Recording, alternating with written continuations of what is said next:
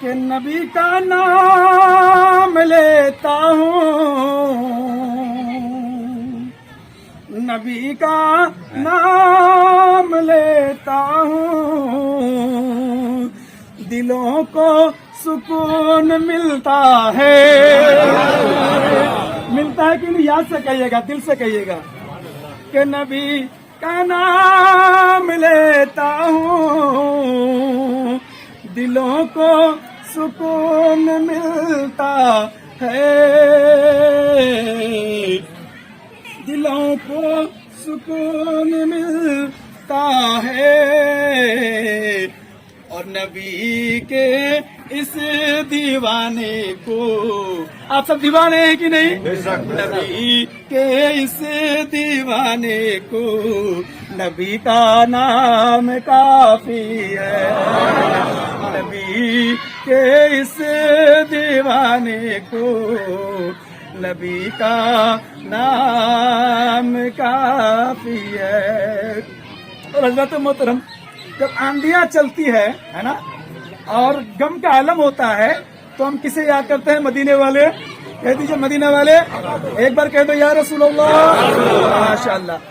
غموں کی دھوپ ہو یا پھر ہوائیں تیز چلتی ہوں، کہہ دیجیے غموں کی دھوپ ہو یا پھر ہوائیں تیز چلتی ہو، میرے اس آشیانے کو نبی کا نام کافی ہے، میرے اس آشیانے کو نبی کا نام کافی ہے، میری بگڑی بنانے کو نبی کا نام کافی ہے، سوئی قسمہ جگانے کو نبی کا نام کافی ہے۔ درود پڑھیں، اللہم صل علی سیدنا و مولانا محمد وسلم، صلو علیہ صلاۃ و سلام علیہ رسول اللہ صلی اللہ علیہ وسلم۔ حضرات محترم، میں نے کیا کہا؟ آپ اور ہم عید منانے آئے، عید کی خوشیاں منانے آئے۔ جیسے ہی چاند نظر آیا، رب کا پیغام ہوا، میرے بندو خوش ہو جاؤ، میں راضی ہونے والا ہوں، کہہ دو میں نے شیطان لعین کو قید کر دیا، جہنم کو بند کر دیا، جنت کو آراستہ کر دیا۔ اب وہی آپ کا اور ہمارا رب ہمیں اب خبردار کر رہا ہے۔ حاجی صاحب کیا کہہ رہا ہے؟ ان الشیطان للانسان عدو مبین، میرے بندو، اے راتوں کو نفل نماز پڑھنے والے، تہجد گزار، سنتیں پڑھنے والے، روزے رکھنے والے، نمازوں میں وقت گزارنے والے، صدقہ و فطرہ و واجبات ادا کرنے والے، میرے بندو خبردار ہو جاؤ، اس لعین کو جسے میں نے قید کر دیا تھا، وہ سب سے بڑا دشمن آج عید کے دن کھول دیا جا رہا ہے۔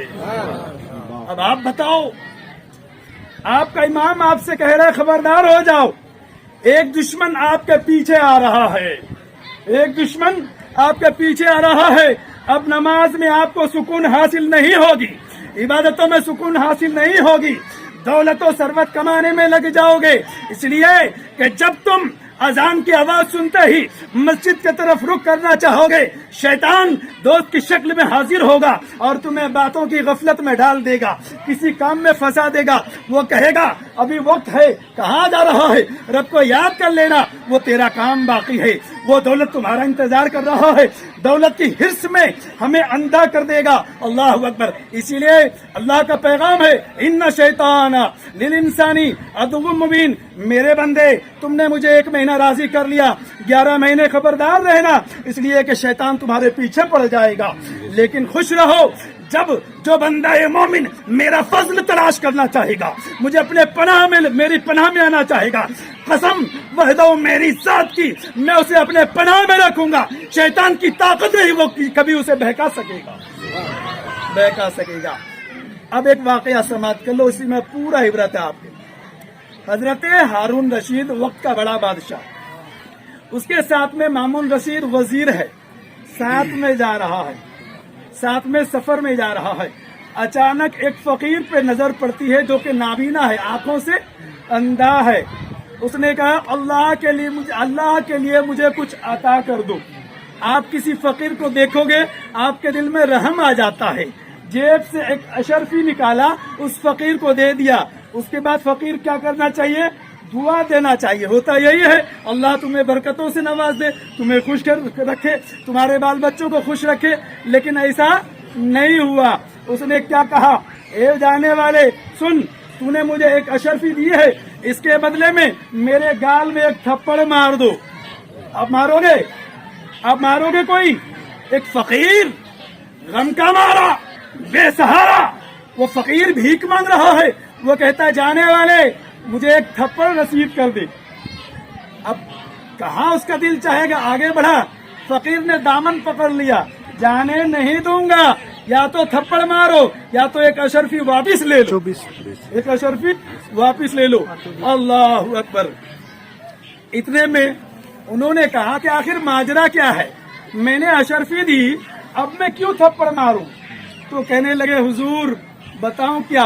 अगर जानना ही चाहते हैं तो सुनिए, मैं अपने वक्त का बड़ा रईस मालदार था, लेकिन शैतान ने मुझे बदगुमान कर दिया, बहका दिया। मैं ऐशो इशरत की जिंदगी गुजारने लगा, यहाँ तक कि मुफलिस हो गया। फिर मेरी बीवी ने मुझे मुफीद मशवरे दिए, मैंने फिर तिजारत शुरू की। मेरे पास 80 ऊँट हो गए, कह दो 80 ऊँट हो गए। मैं माले तिजारत के लिए सफर में गया था, मुझे एक बुजुर्ग नजर आए।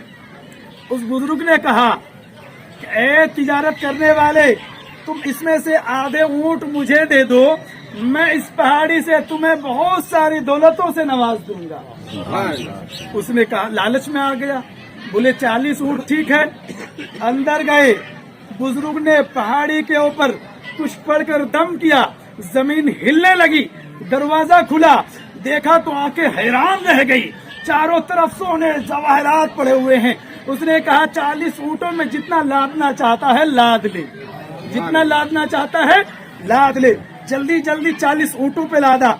आप और हम होते अल्लाह का शुक्र अदा करते, कह दो। लेकिन अब शैतान आ रहा है, आपका दुश्मन आ रहा है, वर्गलाने आ रहा है, दौलत की लालच देने आ रहा है।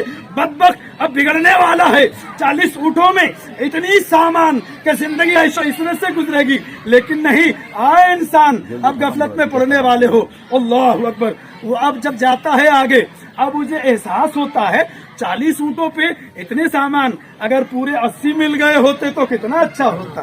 पूरे 80 मिल गए होते तो कितना अच्छा होता। अल्लाह अकबर। वो फिर पलटा, जानने के बाद कहने लगा, ए बुजुर्ग, आप एक बुजुर्ग हो, आप ऊँटों की देखभाली नहीं कर सकते।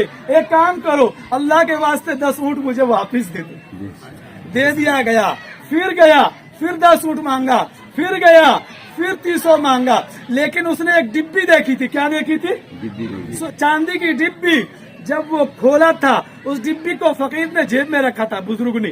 तो अब लालच आया कि मैंने तो सब ऊँट ले लिए, सामान ले लिए, क्या मालूम उस डिब्बी में कुछ करिश्मा हो जाए, कुछ करिश्मा हो जो छुपा के रखा है। वो डिब्बी नहीं लूंगा तो घर नहीं जाऊंगा। अब देखो मुफलिसी आने वाली है। अल्लाह अकबर। अब जाता है, ए बाबा तुम्हारे जेब में एक डिब्बी है, वो डिब्बी अगर मुझे नहीं देता है तुझे कत्ल कर दूंगा मैं। अब शैतान वर्गला रहा है। वो कहता है वो डिब्बी मुझसे ना ले, लेकिन कहता नहीं। ज़ईफ ने क्या कहा सुन लीजिए पहले। उस ज़ईफ ने कहा कि अगर एक आंख में सुरमा लगा लोगे, क्या कहा? एक आंख में सुरमा लगा लोगे, हो गया बस। एक आंख में सुरमा लगा लोगे तो तुम्हें सारी दुनिया की दौलतें दिखेगी। जब दूसरे आंख में लगाओगे तो तुम अंधे हो जाओगे। उसने कहा डिब्बी मुझे दे दो।